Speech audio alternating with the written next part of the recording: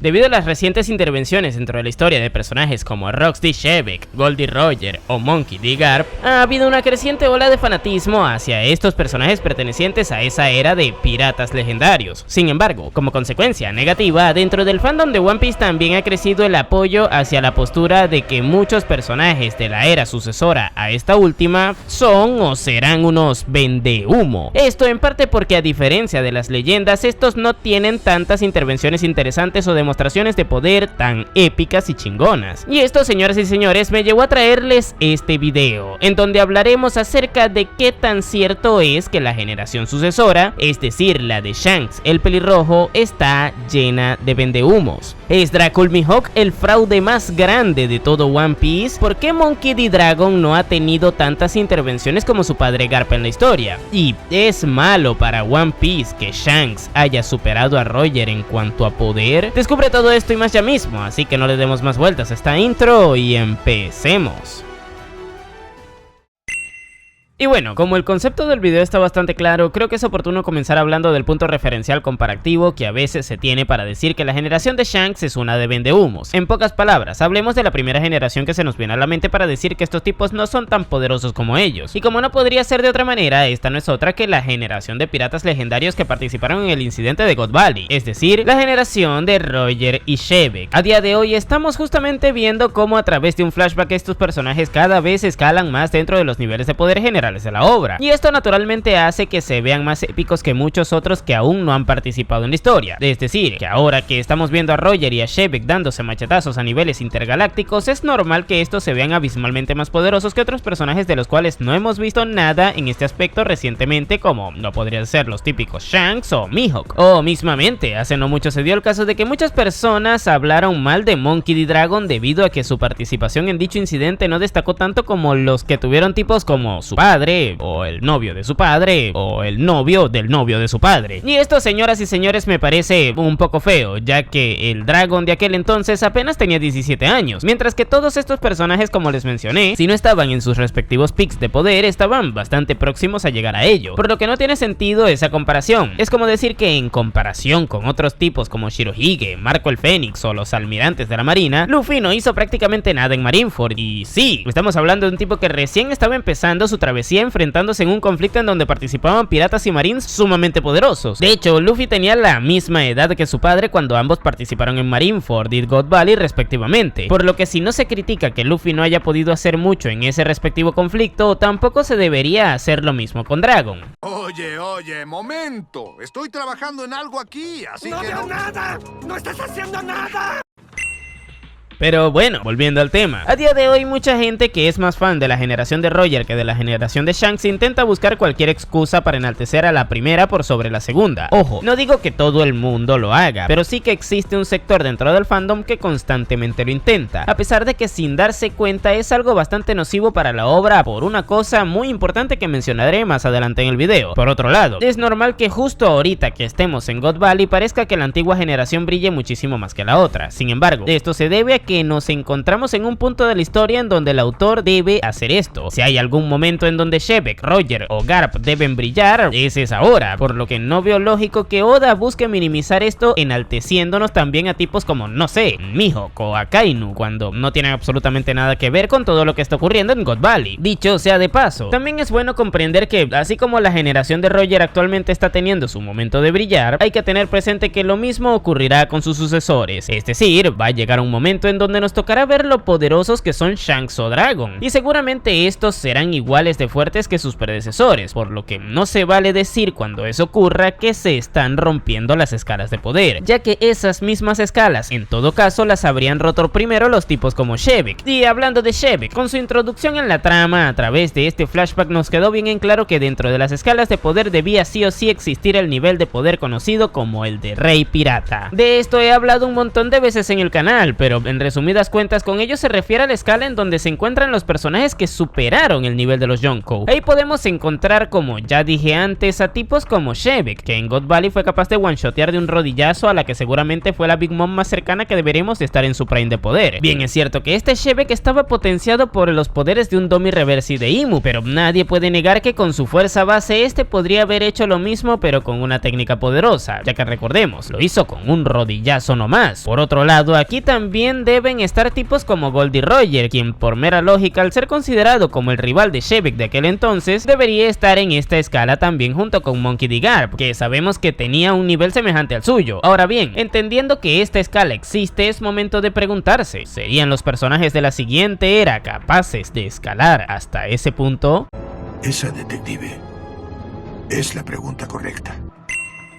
Bueno, para responder a esa pregunta que les hice, primero hay que definir a qué tipos vamos a meter en el saco de la generación de Shanks. Evidentemente, tal cual como su nombre lo indica, aquí estaríamos hablando del actual Yonkou Shanks el pelirrojo. Por consecuencia, meteríamos también aquí a quien fue su rival en su momento, Dracul Mihawk, que además de tener una edad parecida, también posee el título del mejor espadachín del mundo actualmente. Por su parte, es bueno aclarar que para mantener todo ordenado y no reventarnos mucho la cabeza, Marshall D. Teach no estará presente aquí, ya que este pertenece a la generación de Luffy, a pesar de que por edad le correspondería estar en la de Shanks. Sí, sé que esto suena raro, pero esto se debe a que él empezó su travesía a nivel individual como pirata cuando traicionó a la banda de Shirohige, y eso corresponde a la época de Luffy, no a la de Shanks. Pero bueno, por otro lado también creo que es indispensable hablar de un tipo como Sir Crocodile, quien tiene una edad cercana a la de Mihawk, y que al igual que este último y Shanks también estuvo presente en la ejecución de Goldie Roger, por lo que en teoría al volverse un pirata inspirado por las declaraciones de quien fue conocido como el rey de estos, naturalmente debería ser parte de su generación sucesora. Adicionalmente también meteré en este saco a Monkey D. Dragon, que a pesar de ser un poco más mayor que los últimos, también fue influenciado por las palabras de Roger y empezó su travesía como revolucionario luego de lo ocurrido en Lockdown. Y por último, tomando en cuenta que la generación de Roger tuvo a un marín que destacó bastante, en este caso decidí también colocar a dos tipos de esta organización de los cuales me parece que es interesante hablar, y estos son los antiguos almirantes Aokiji y Akainu, que vendrían siendo los sucesores directos de Garp en cuanto a poder respecta. No coloco a Kizaru porque lo percibo como alguien un poco más débil que ambos, cabe destacar, y habiendo dicho esto, empecemos a hablar más a profundidad de cada uno de ellos. Muy bien.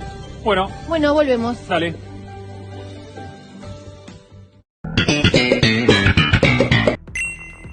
Bien, empecemos con el caso de Monkey D. Dragon. De hecho, constantemente se habla de que él es un vendehumo por el hecho de que no se le ha visto hacer prácticamente nada en la actualidad de la obra. Es normal que muchas personas escuchen de tipos como yo decir que Dragon es extremadamente poderoso, y que luego se frustren al leer el manga o ver el anime y solamente tener que conformarse con ese tipo quedándose callado ante todo tipo de situaciones que le suceden. Diablos, no puedo negar que si me dieran una moneda por cada vez que Dragon tuviera un diálogo de los puntitos suspensivos, fuera millonario en este preciso instante. Pero bueno, existen dos razones que justifican el hecho de que Dragon actualmente no haya hecho nada en ese aspecto. La primera justificación se enfoca en la lógica interna de la obra, y es que a diferencia de tipos como Sabo, él al estar a la cabeza de la organización no puede estar arriesgándose a realizar, no sé, invasiones a Mary Joyce, por ejemplo. Esto porque si le llegasen a capturar o a liquidar en el proceso, el ejército revolucionario sufriría muchos riesgos de desaparecer por completo. Es por ello que Dragon no debería intervenir a menos que el ejército mismo corra riesgo de ser destruido, o que por otro lado tuvieran altas posibilidades de cumplir con su objetivo de destruir el sistema de los Tenryubito, y de momento ninguna de estas situaciones han ocurrido. Es más, les reto en los comentarios a que me mencionen al menos un momento en donde los revolucionarios hayan podido destruir totalmente a los Tenryubitos, o el ejército mismo haya podido ser destruido por completo y Dragon se negase a participar. Pero bueno, luego tenemos la justificación narrativa, y es que Oda sabe que con Dragon existe muchísimo hype, por lo que está alargando su intervención lo más que pueda para mantener expectantes a sus lectores todo el tiempo posible. Es así de simple. Y bueno, ahora la pregunta, ¿qué razones hay para pensar que Dragon efectivamente está al nivel de Rey Pirata? Pues existen dos grandes razones. La primera de ellas es su linaje. Por mucho que algunas personas se nieguen a aceptarlo, pertenecer a según qué familias en One Piece te hace naturalmente poderoso, y si a eso le sumas una fuerte voluntad por cumplir tus objetivos, es seguro que se llegará lejos dentro de ese mundo, por lo que no es para nada descabellado pensar que el hijo de un tipo que alcanzó el nivel de Rey Pirata, y que a su vez es el padre de otro tipo que sabemos de sobra que también lo alcanzará, explicará, justamente haya alcanzado por su cuenta dicho nivel como consecuencia de buscar cumplir con su gran objetivo de combatir a los nobles mundiales. A fin de cuentas es un sueño muy grande que va de la mano con una voluntad gigantesca de su parte para llevarla a cabo, por lo que en ese caso hay justificación de sobra para el hecho de que Dragon esté en ese nivel. Y por otro lado, la otra razón que les comenté justamente se trata de que Dragon es un tipo que ha sido muy hypeado por el autor al darle tantas largas a su futura intervención, por lo que mientras más vaya desarrollándose la trama y él quede de lado, con el simple hecho de que es una promesa del autor, está obligado a escalar su nivel tanto como escaló las expectativas generadas. Dicho sea de paso, esto no impide que el personaje sea un vendehumo y acabe siendo un fraude. Con Oda todo puede ocurrir, pero eso no quiere decir que sea lo correcto, y si eso llegase a pasar, tengan por seguro que existen argumentos de sobra para demostrar que Oda se equivocó con ello, y yo seré el primero en hablar de ese tema.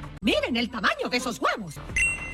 Y ahora pasemos a un personaje contemporáneo con Dragon, y ese es el actual almirante de flota, Akainu. Con él ocurre un caso bastante parecido, y es que pareciera que luego del salto temporal, junto con su nuevo cargo, Oda también le colocó una especie de cadenas de Kairoseki invisibles que le hacen estar preso a su oficina. Esto porque ha intervenido muy poco en la trama, y la mayoría de las veces en las que aparece le vemos es solamente molestarse por alguna noticia y golpear su escritorio, cosa que ha derivado en que mucha gente le catalogue como vendehumo por el simple hecho de estar tan inactivo en la obra. Sin embargo, esto también tiene su justificación. La primera de ellas es que, al igual que sucede con Dragon, este tipo, al tener ahora un cargo más importante dentro de la organización, tiene otro tipo de obligaciones que le impiden estar más cerca del campo de batalla, y en este caso se los explicaré muy rápidamente con un ejemplo clarísimo, y ese es el de Sengoku. ¿Acaso ustedes vieron a Sengoku salir del cuartel general de la marina para caerle a trompadas a piratas mientras este era almirante de flota? La única vez que le vimos intervenir directamente fue en la guerra de Marineford, cuando literalmente no quedaba ningún efectivo posible para frenar el avance de los piratas en el rescate de Ace. En pocas palabras, quien ocupe ese cargo solamente debe actuar en la última instancia, por lo que, debido a cómo funciona la organización, está súper justificado que Akainu no intervenga. De hecho, solamente lo ha hecho una vez, y eso fue cuando Kuma pasó por Mary Joyce durante el arco de Egghead. Ahí el usuario de la Magu Magu le voló media cabeza y le quitó una pierna al Buccaneer, y esto lo pueden ver claramente en el manga. Sin embargo, por alguna razón, Oda decidió más adelante que esto no debió haber ocurrido y volvió a dibujarle a Kuma su pierna y su cabeza como si esto no hubiera sucedido, demostrándose así que no tuvo consecuencias de cruzarse con Akainu simplemente por guionazo o retcon, llámenlo como quieran. Y esto me lleva a hablarles del segundo punto en cuestión, el nerfeo que le tuvo que meter el autor. Y es que verán, Akainu ha sido un personaje que a lo largo de la obra nos ha demostrado que cuando interviene, pues la demanda de ataúdes en el mercado aumenta considerablemente. Digo, en el flashback de Robin fue el responsable de eliminar a un barco entero y de personas. Luego en Marineford fue el principal responsable de que Ace y Shirohige, dos personajes importantísimos, estiraran la pata. Y yo creo que si así seguía nos íbamos a quedar sin personajes en el manga. Y con esto no quiero decir que Oda no pueda controlar al personaje, sino que más bien, como se le fue de las manos lo efectivo que era al momento de desvivir gente, es más beneficioso para la trama sacarle de ahí que intentar justificar que intervenga y que no elimine gente hasta por estornudar. Y esto lo demuestra justamente el caso de Kuma que les mencioné antes, donde evidentemente no le salió bien la jugada al justificar el hecho. Pero bueno, ahora que tenemos esto en cuenta, ¿qué razones hay para creer que Akainu pueda estar en esta escala de poder de rey pirata? Pues la primera de ellas es que actualmente es el sucesor del puesto del marín más poderoso que existió antes, el cual no era otro que Monkey D. Garp. Sería extraño que de repente pasáramos de tener en la marina a alguien nivel rey pirata a no tener a nadie en esa escala. Y evidentemente al ser Akainu el líder de la organización, naturalmente debería ser el más poderoso. Por otro lado, tomando en cuenta la participación que vimos que tuvo el personaje en el manga y no en el anime, en donde le hicieron quedar mal en Marineford, aquello de que se encargara prácticamente solo de desvivir a Shirohige y que luego de enfrentarle le quedaran las fuerzas suficientes como para pelear él solo contra la mayoría de los comandantes de esa tripulación, demuestran que como mínimo en aquel entonces se encontraba en el nivel de los Yonkou. Y teniendo en cuenta que como estamos en un shonen de peleas, donde es típico ver que cuando los personajes les ascienden también les suben de nivel de poder los autores, no es para nada descabellado pensar que Akainu actualmente podría encontrarse en el nivel de rey pirata tras asumir el cargo de almirante de flota.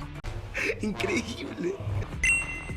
Y ahora tenemos un caso interesante, y ese es el del antiguo almirante de la marina conocido como Aokiji, quien ahora utiliza el nombre de pila Kusan. Y verán, con este tipo la verdad es que no es necesario argumentar mucho, ya que por lo general la gente no le tacha de vendehumo por el simple hecho de que es un bicho que cae bien dentro del fandom. Y como ya se ha demostrado con personajes como Teach, las críticas del fandom van más de la mano con lo bien que llegue a caer a rasgos generales el personaje que con lo bien sustentado que este esté a nivel argumental. Y es por ello que no habrá nunca una gran corriente de pensamiento dentro del fandom fandom que le tire porquería a Kusan. Esto a menos que Oda se vuelva loco un día con él y escriba un montón de disparates sin sentido. Pero como eso no ha ocurrido de momento, pues todo chill de cojones con el usuario de la Hie no Mi. Así que pasemos con el tema de su escala de poder. Con él ocurre que existe un conflicto en donde participó que le asegura escalar un montón dentro de los niveles de poder. Y esto es lo de que se haya pelado durante 10 días enteros en 1 contra 1 contra Akainu en Punk Hazard luego de que la guerra de Marineford terminara. Esto es simple y sencillo, gente. No existe personaje capaz de luchar contra un tipo como Akainu estando en desventaja elemental durante 10 días enteros que no esté más o menos a su mismo nivel de poder. Por lo que si asumimos que por lo visto en Marineford Akainu se encontraba en la escala de poder de los Yonkou, por mera lógica Kusan también debería encontrarse ahí. Y existe una gran razón para justificar que haya podido hacerlo estando en desventaja con su fruta. Porque, como ya todos sabemos, el hielo no resiste las temperaturas del magma. Y esa fue la fuerza bruta que desarrolló Kusan gracias a haber sido entrenado por Garp. Recordemos que ambos golpeaban buques acorazados durante horas con sus puños sin usar haki. Esto debió haber hecho que el antiguo almirante desarrollara un poder y una resistencia física descomunales. Quizás no tan grandes como las de Garp, pero sí lo suficientes como para que, en conjunto con su fruta del diablo, pudiera equiparar durante días a Akainu. Ahora bien, puede que Kusan se perciba como un tipo que no esté al mismo nivel que un Garp viejo debido a la pelea que pudimos ver que tuvieron en Hachinosu. Sin embargo, deben tener presente que en ese momento el aprendiz del héroe de la marina no quería luchar realmente contra su maestro, y esto se deja bien en claro cuando luego de que le derrotara en conjunto con el resto de su banda, se le viera profundamente afectado por ello. Esto es importante porque dentro de la obra se nos ha dejado bien en claro que alguien que luche sin voluntad no estará cerca de estar de todo su poder. Es por eso que no es un buen punto referencial esta pelea para calcular su poder, pero en cualquier caso, teniendo en cuenta que es un personaje nivel Yonkou, para nada es un vendehumo.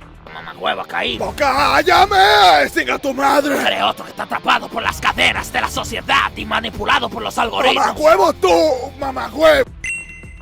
Pero pasemos del tipo que prácticamente nadie critica a uno que directamente es el objetivo de críticas de la mayoría del fandom, o al menos en este aspecto, y ese es Sir Crocodile. Esto porque en retrospectiva acabó siendo un tipo que, según lo dicho por el propio autor, fue derrotado demasiado pronto por Luffy. Y esto es un hecho. Para lo que supuestamente logró hacer Crocodile, que fue llegar al nuevo mundo y haberse enfrentado a Shirohige y sobrevivir tras ello previamente, no tiene sentido que un Luffy que no haya obtenido ningún power-up le pudiera derrotar. Tomando esto en cuenta, es un hecho que debe ser considerado como vendehumos. Sin embargo, luego Oda intentó reconducir al personaje reintegrándole en la trama durante la saga de la Guerra de la Cumbre. Ahí le vimos confrontar brevemente a tipos como Doflamingo, Mihawk y también estar presente entre los personajes que se pelearon contra Akainu. Todo esto debió haber sido imposible para alguien que, en cuanto a escalas de poder respecta, haya sido derrotado por el Luffy de Arabasta. O bueno, debió haber sido imposible que saliera con vida de ello, y esto nos deja bien en claro dos cosas. La primera es que Oda se equivocó con el nivel de poder base que vimos que tuvo Crocodile. Y lo segundo es que debíamos tomar en cuenta al Crocodile visto en Marineford y no al de Arabasta a partir de ese momento al calcular su nivel de poder. Esto es importante porque actualmente el personaje volvió a ser reintegrado a la trama, convirtiéndose en uno de los líderes de la Cross Guild y apunta a ser determinante para la obra, cosa que seguramente se traducirá en como mínimo al menos una pelea en donde demuestre estar como mínimo en la escala de poder de primer comandante de Yonkou. Y claro, esto es un salto demasiado grande entre las escalas para alguien que era considerado como un vendehumo en retrospectiva, tomando en cuenta lo visto en Arabasta. Pero precisamente por eso mismo les dije que lo que hay que imaginarnos es al Crocodile visto en Marineford. Así que como conclusión, en su caso sí que fue un vendehumo, pero por culpa de que la trama exigía que fuera derrotado temprano en la historia.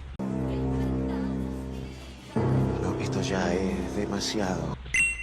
Y hablando de vendehumos, ahora pasemos al caso de un tipo que debido al estatus que tienen muchas personas le catalogan naturalmente como uno, y ese es Dracul Mihawk, quien actualmente ocupa el puesto del mejor espadachín del mundo. Sin embargo, debido a que de momento no sabemos qué condiciones tuvieron que darse para que consiguiera ese puesto, y a que también al final demostraron teniendo muy poca validez los títulos populares que se otorgan dentro de la obra, pues mucha gente considera que Mihawk no es lo suficientemente fuerte como para ser considerado literalmente como el mejor espadachín de todos. Y bueno, bien es cierto que al igual que sucede con Dragon, Mihawk ha tenido muy pocas intervenciones en la obra, siendo las de mayor validez atenuadas por haber participado en una guerra en donde predominaban más las cosas que ocurrían por el guión que lo hicieran por el sustento lógico. Es por ello que yo entiendo que alguien que haya atacado con el autodenominado el corte más poderoso de todos y que dicho ataque no haya sobrepasado las defensas de un primer comandante de Yonkou sea considerado como un vendehumo. Sin embargo, no creo que el tipo acabe siéndolo, ya que existen dos puntos que prácticamente aseguran que Mihawk estará en una escala de poder poder muy alta dentro de la obra, es decir, al final Oda lo acabará redimiendo. El primero de estos puntos es que actualmente es el objetivo a superar de Zoro, quien es uno de los personajes más importantes del conjunto protagónico, el cual basa su importancia en las capacidades de luchar que tiene. Vamos gente, Zoro no es importante por el lore que gira alrededor suyo, es por lo poderoso que puede llegar a ser, y entendiendo que Mihawk es el ocupante del puesto que aspira a obtener, mismo que está intrínsecamente vinculado al poder, es ilógico pensar que Mihawk acabe siendo un vendehumo. Vamos, y a mí también me da mucha risa los memes de Mihawk pintando su espada y eso, pero hay que asumir que Oda no escribiría un disparate tan grande como ese. Por otro lado, el siguiente punto que nos asegura que Mihawk será extremadamente poderoso es que, al igual que sucede con Kusan, el hecho de que tuviera una rivalidad con un tipo que naturalmente escala muy alto hace que ellos por consecuencia lo hagan también. En el caso de Kusan le sucede con Akainu y en el caso de Mihawk le sucede con Shanks, debido a que se nos plantea dentro de la historia que ambos tipos tenían duelos sumamente igualados hasta que Shanks perdiera su brazo. Nos dan a entender que la diferencia entre sus niveles de poder debería ser ínfima, por lo que si Shanks es nivel Yonkou, Mihawk también lo será por consecuencia, y si Shanks acaba siendo nivel Rey Pirata, pues Mihawk también. Pero bueno, concluyendo con él, a fin de cuentas entiendo que la gente piense que nos ha vendido humo hasta ahora por lo visto en Marineford. Sin embargo, quedarse con esa impresión y asumir que el tipo no dejará de ser un vendehumo nunca es asumir que la historia acabará con Mihawk siendo un vendehumo y por consecuencia con Shanks como su rival y con Zoro como su sucesor siendo vendehumos también. Y oigan, no creo que Oda se atreva a escribir semejante disparate.